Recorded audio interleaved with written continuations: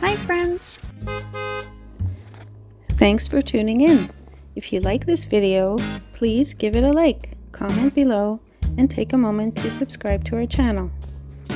Welcome to our tour of Old Perlican, a charming fishing village on Newfoundland's Avalon Peninsula. This historic town is one of the oldest fishing communities in Newfoundland, with a rich heritage that dates back centuries. Old Perlican's name was first recorded as Perlican in 1597, serving as a summer fishing station for migratory fishermen. By 1640, permanent settlers had established themselves here, making it a key fishing hub in the region.